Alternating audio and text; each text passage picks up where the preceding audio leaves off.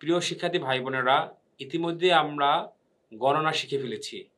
তো তোমরা যখন ১ থেকে ১০ পর্যন্ত গণনা শিখেছ, তো সেম গণনার সাথে শুধু মাসের যে বিষয়টা আছে, সেই শব্দটা হচ্ছে মাস শব্দের জাপানিজ হচ্ছে গাচ্ছু।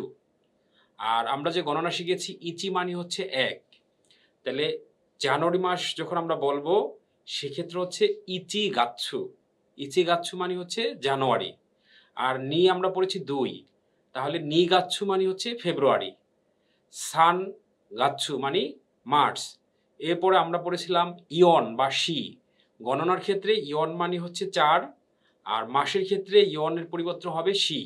তাহলে শি গাচ্ছু মানে এপ্রিল, গো গাচ্ছু মানে মে, রোকু গাচ্ছু জুন, শিচি গাচ্ছু জুলাই।